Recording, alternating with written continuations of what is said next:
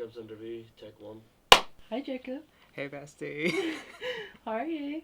Getting fabulous. Getting fabulous as always. Do you want to tell me a wee bit about yourself? I am currently studying digital design at Northwest Regional College, and I am soon to be a qualified youth leader. Yes. Yes. And is that going good for you? Oh, it's going great. I'm going to jump straight into it. Do you ever feel maybe like you don't fit in? All the time. All the time. When would these fit-ins have started? Back when I was a kid, when I was first diagnosed with autism, a lot of my times, like, my parents would just not understand me, and would just constantly have, like, a lot of panic attacks. Yeah. Then whenever I was diagnosed, they just often saw me as a disability first, and their son second. Yeah. So a lot of times they would just never believe in my ability, and then it just took over to my primary school years. So that would have affected your home life and fitting in with your family at the start? Yeah, definitely. And then in primary school that also would have affected your ability to fit in? Yes. Was that hard for you? Yeah, I often felt alone throughout the whole entire years. Remember crying in the car, saying I didn't want to be in there. Aww. No, that's fine. And you obviously don't feel like that now. Yeah. You feel way better. I definitely feel better. And now we went to the same school, so we obviously Did we? did we? We obviously know how well that went. Yeah. Would you say you fitted well in high school, or was it mostly the same? It definitely got better throughout the years. I can say personally, when you were getting up and growing older, I know you would always come out to us a lot, and we were very good friends. But you said it only got better as you grew up. So maybe when you started, was it bad? Was it the same as primary school? At the start, yeah, it would be pretty bad. Would you say that was mixed with the nerves of coming to a new school, or was it just purely you just did not fit in? Purely just the fact of the nerves. Aye. Just let that past trauma take control. Aye. And then going back to family,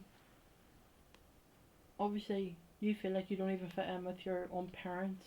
Does that really affect you? Would that still affect you, or have you gone on past that? It sometimes does, but I just have to remember to myself that blood isn't always as strong as water. Yeah. Like, I have my chosen family. I value them way more than I do my biological one. Yeah. Going back to school then, were you treated differently because of obviously your autism, and then as well I'd say you are a little bit quirky, a little bit on the quirky side. A little bit. Just a little. Yeah. Were you treated differently? Yeah, I would say so. Sometimes positively, sometimes negatively.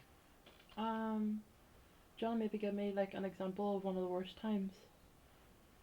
I would say, like, I could just come to the example of me being a head boy, possibly.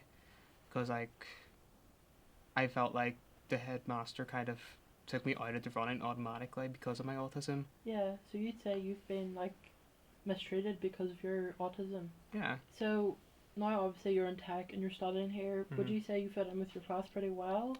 Definitely. I'm pretty sure they're annoyed at me a little bit sometimes. Are you? Do you love Jacob? They're sitting in the background. Give me thumbs up, guys. I'm doing Yay. something. And then obviously you do your youth group as well. And you're a leader at that, yeah? Training to be, yes. Training to be. And would you say you fit in there? Definitely. Would you notice maybe any of the like children don't fit in, or do you think they all get on pretty well? A lot of times, yes. That's just because all of them are just so diverse. Yeah, and then obviously you're looking at that from an outside view, but you know how it feels. So, like, what would you say to them if they were to maybe come up to you and they were having a hard time with it? Like, what advice would you give them? It gets better.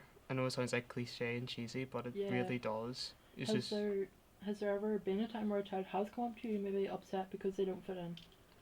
Yesterday, actually. Yesterday. Without giving me too much detail, obviously. Yeah. How was it? Well, I approached them and they just seemed like very nervous because of sound. So I just approached them, try and calm down their nerves. Then, like, they obviously had a conversation about disability and, like, identity. So yeah, with just using my experience, I just helped them a lot.